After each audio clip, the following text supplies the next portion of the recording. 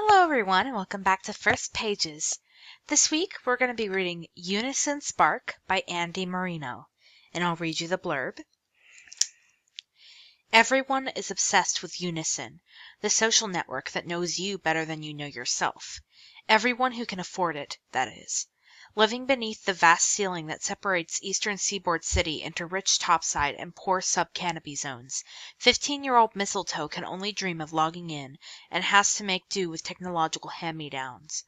Worlds collide when Ambrose Trow, the privileged heir to the Unison empire, wanders into the dangerous sub-canopy streets, and Mistletoe saves him from suspicious uniformed men. They soon discover that they share eerily similar dreams, hinting at a significant past. Together, Ambrose and Mistletoe begin to unravel the mystery of their identities and learn that they're pawns in a bigger game, the Unison 3.0 upgrade, a whole new kind of friendship. Chapter 1. The Girl with the Blue Pigtail. Her new name was Mistletoe. On her 15th birthday, she announced to her caretaker, Jerry, that she was sick of being called Anna. He grunted.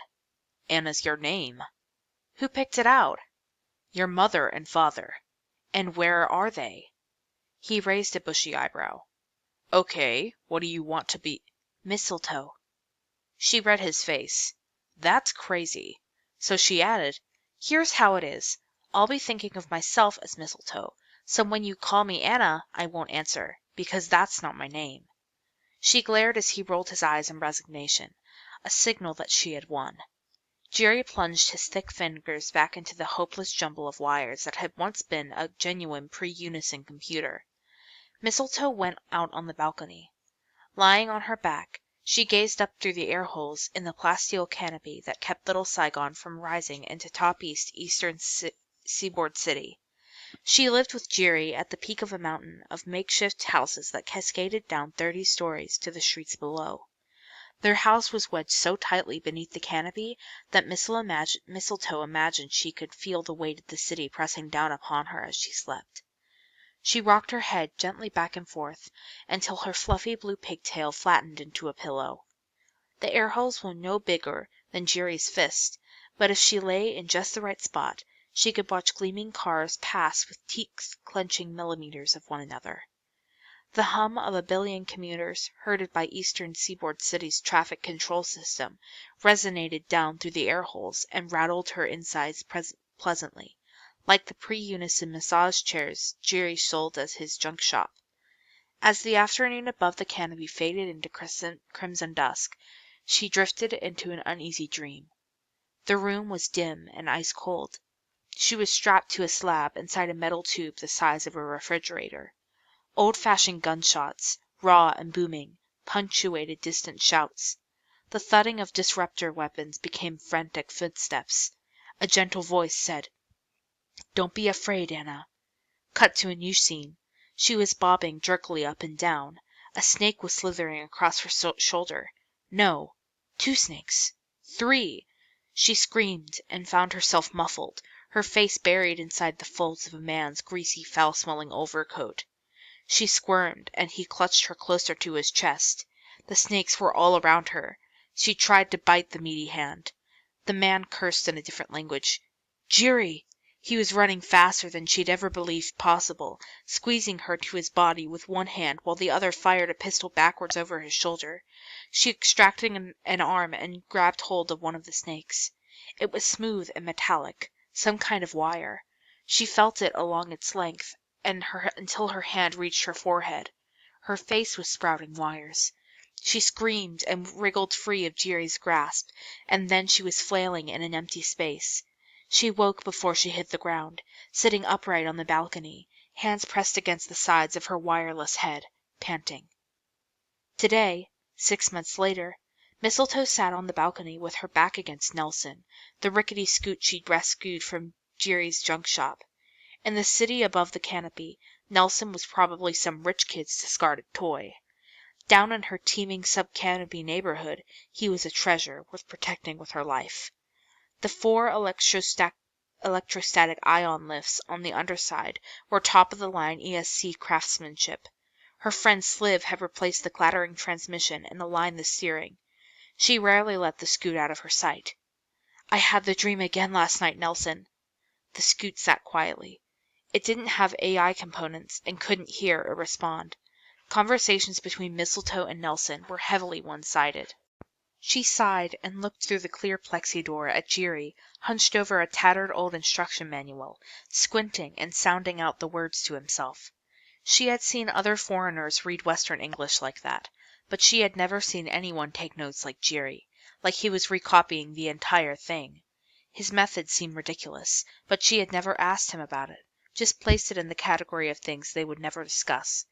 Since the bad dreams had begun 6 months ago, that category had grown steadily.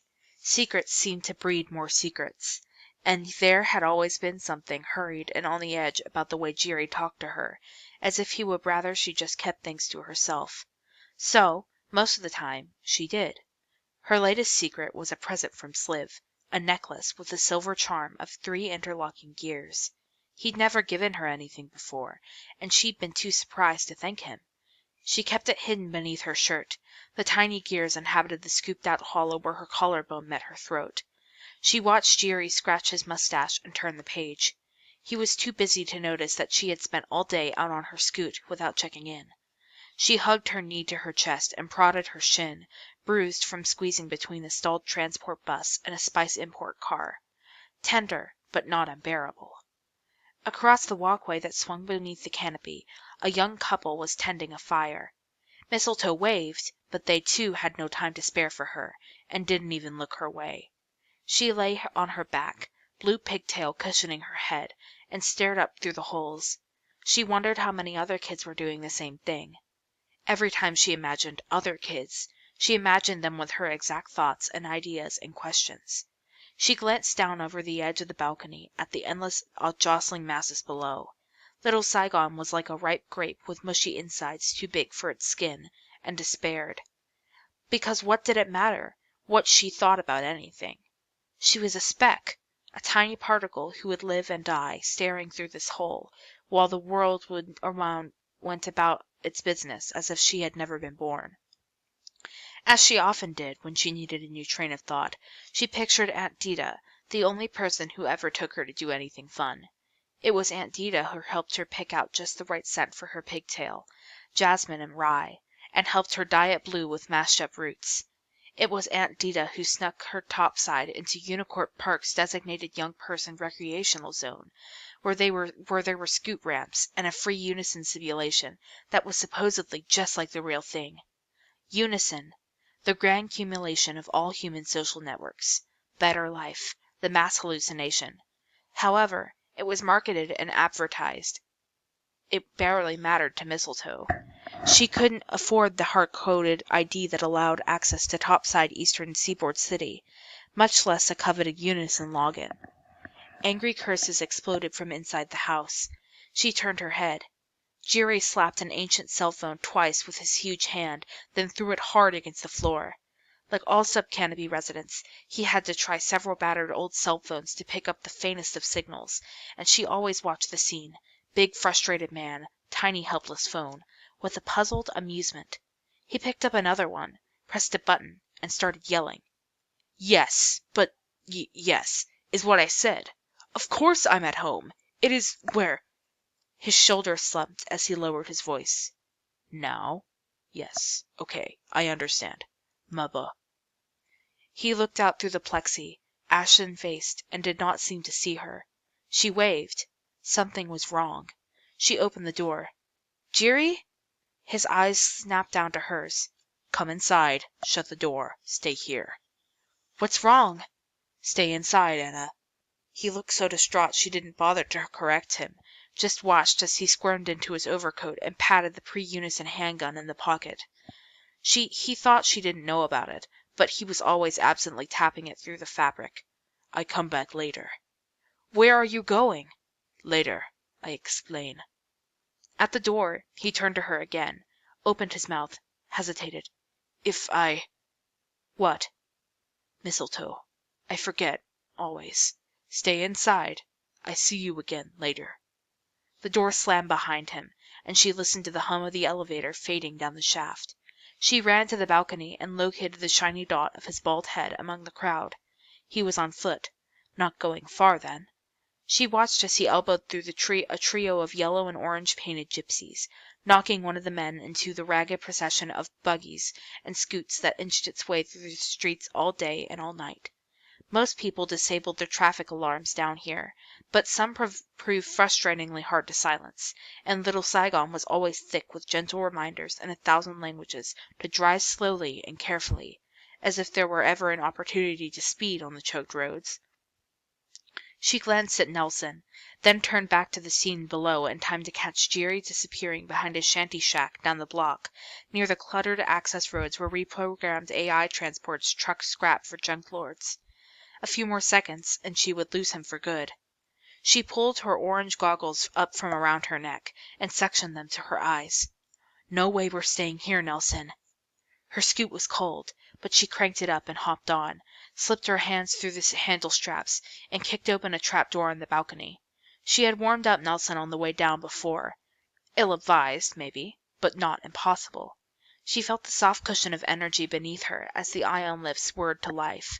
The engine sputtered, but it hadn't yet caught when she tipped the nose through the trap door. The lifts barely kept her off her neighbors' roofs as she half drove, half plummeted down the slope stack of huts. A woman hanging laundry ducked as the nose of the scoot tore several white shirts from the line, scattering them down the stack.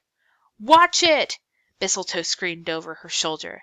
Then the lifts fully engaged, and she felt the cushion expand beneath her. Near the base of the stack, she nosed up over the crowded street and gave the side of the scoot a swift, hard kick. Static pulled up strands of her hair as she sailed over people's heads. Then the engine turned over, and she descended between two staggering drunks with green abyssinium stains on their shirts. She skidded hard, ducked beneath their outstretched arms, and bounced around the corner, ignoring their cries to come back. As she cruised alongside the access roads, she was suddenly aware that her time-worn engines sounded like the thunder next to the eerie silence of the junk transports. The older models still made noise, but the lack of cursing and yelling and laughter gave the entire street, the perimeter of Little Saigon, a solemn desolation that freaked her out. And Jerry was nowhere. "Thank you for the business," said one of the transports. "Keep your eye on the ball, children," said another. Mistletoe shuddered. Cautiously, she eased forward. The transports had been rescued from junk heaps, only to have their AI circuitry refitted with mindless programs dooming them to a lifetime of carting endless piles of sub-canopy garbage. Where did it all go? Up ahead, she heard sudden bursts of gruff speech. Jerry and someone else.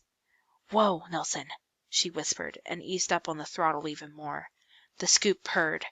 She followed the sound of the voices into a narrow, badly paved ditch that ran the main street and the junk transport road. A forgotten path, littered with bottles and ragged gray lumps, she didn't want to look at very closely. She cut the engine, but kept the lifts engaged, and peeked around a pile of rusting scrap. There, in the middle of the road, was Jerry, standing with his back to her, pointing his black pre-Unison handgun at a stocky ESC police officer with a gleaming metallic arm that narrowed to a glowing tip, which was in turn pointed at a boy about her age who was dressed better than anyone she'd ever seen. His outfit was hollow fashion, an elegant projection of a sharp new suit in the manner of big-time businessmen from above. His wispy blonde hair sparkled, even in the sub-canopy shade. He was clearly a long way from home, and his hands were in the air. He shifted his wide eyes from Jerry to the cop. "I take him," Jerry said. "Like hell you do," the cop said, casually, as the tip of the metallic arm flared orange, and to the boy, "You're going home now, kid." The boy didn't flinch or say a word. Mistletoe idled her scoot. She felt lightheaded. The bravado of men like Jerry and the cop made her nervous. Every day, she tore through the streets of Little Saigon and witnessed all kinds of human ugliness. And her dream had told her that Jerry and his friends were killers, or kidnappers, or both. Deep inside, she believed it. She had a brief drawing memory of wind howling in her ears, of being clutched to Jerry's chest as he ran, shooting, screaming, dying. And for what? She thought that maybe even the men themselves didn't know. Maybe they did it all for the act itself, for the sickening head rush, the ear popping high before the crash. Suddenly, she saw a second cop's head rise slowly over the top of the scrap heap, saw this cop raise her own metallic arm. Disrupt her. Mistletoe remembered, and aim at Jiri. With blank determination, Mistletoe kick-started the scoot over the top of the rusty pile. She heard herself yell something incomprehensible, a choked-back scream. The side of the scoot grazed the second cop's head as she ducked, surprised, and fell. Jiri didn't flinch, but the first cop blinked and turned towards the scrap heap. Jiri managed to squeeze off a quick pop, pop, pop before the cop's arm flashed bright orange and Jiri's skull and spine appeared briefly through transparent, cell-scrambled flesh. A second later, he looked normal again. He swayed slightly and watched as the cop collapsed. Then he turned and caught Mistletoe's shocked gaze as he sank to his knees. Mistletoe felt bile rise in her throat. What had that disruptor done to Jiri? She watched in a stupor as he opened his mouth and raised his eyebrows pleadingly. Then the life went out of his eyes, and he fell forward onto his face. Her mind was blank, but for one thought, the distant and spare and clean. Aunt Dita is my protection now. A series of meek coughs snapped her out of her daze. The well-dressed boy was kneeling among the 3 fallen adults. She pulled her up beside him. "Can you walk?" He kept his eyes on the ground and managed a shrug. "We can't stay here," she said. Jiri's ancient weapon had been deafening. People would be along to investigate. Other cops coming to find their fellow officers down. Not something she wanted to stick around and answer for. "Get on," Mistletoe said. This time the boy looked at Nelson, then at her for the first time. He opened his mouth, but nothing came out. She read his face. That thing? The scoot was tiny, rusted, 100 years old. Rich boy probably never traveled in anything less fancy than one of those sleek articulated frame cars she watched through the holes in the canopy. "Get on!" She grabbed for his shirt sleeve. Her hand passed through the projection of navy blue fabric and brushed the tight, breathable material of his skin suit. 10 feet away, the second cop began to stir. The boy swallowed once. She watched the lump in his throat move up and down, and jumped on the back of the scoot. Their combined weight strained the lifts, and Nelson protested with an angry whir. The boy put his hands cautiously around Mistletoe's stomach, and sneezed as her thick, scented pigtail tickled his nose. They cruised past a steady stream of oblivious transports. Mistletoe envied their brainless detachment. Would it be so bad? Did they remember things from their former lives as AI units? Suddenly, she felt sick and stopped the scoot. In the final seconds of his life, Jiri had looked at her, and his eyes were full of pain. She retched. The cop's weapon had done something horrible to his insides. She rested her hand on one side of the access wall and threw up again. "Are you okay?" the boy asked. She answered with a choked sniffle, wiped her mouth, and kicked the scoot into gear. It lurched forward up a ramp to the street level, where a group of ragged little kids were throwing glitchy hollow dice against an empty crate. All at once, the familiar chaotic sounds and smells of little Saigon blended with the noise of Nelson's engine. She sped through the middle of the dice players and maneuvered expertly through the crowd, crossed the street, and dismounted at the base of a shanty shack a few blocks from her own. She was conscious of how close they were to the scene of Jiri's death, and her street instincts told her to go up, always up. She was also conscious of the fact that behind her, the boy was trying so hard not to cry that his body was twitching in surprisingly violent jolts. She didn't want to look, or she would burst into tears. Her nerves felt raw and exposed. "Sorry," he mumbled. "I'm supposed to go to my Aunt Dita's if anything happens to Jiri," she said, as matter-of-factly as she could manage. "They made me promise." The boy twitched once more and was quiet. She led him to the open door of the boxy lift and shoved her scoot inside. "I'm sorry," he said. "I don't know what else to say. Thank you." There was a single dark grease smudge on the boy's pale face. Other than that, he looked like he'd just stepped out of a fashion wiki. "So, who are you?" she asked, but before he could speak, her eyes blurred and hot tears came. The door closed and they ascended. "I'm—" he began, and then stopped and stared at the metal wall of the lift, where someone had spray-painted a wilted orange flower. "This morning I was somebody else." She blinked away tears, steadied her voice. "You're from Topside." He nodded. "So what are you doing in Little Saigon?" He put his palms against the wall of the lift and let himself fall forward until his forehead rested on the center of the flower. Orange petals drooped around his shiny hair. He took a deep breath and let it out. "It's been a very strange day." That's going to end it here. Like always, this book is going to be available in the school library if you want to read it. And that's going to be in the end for this week.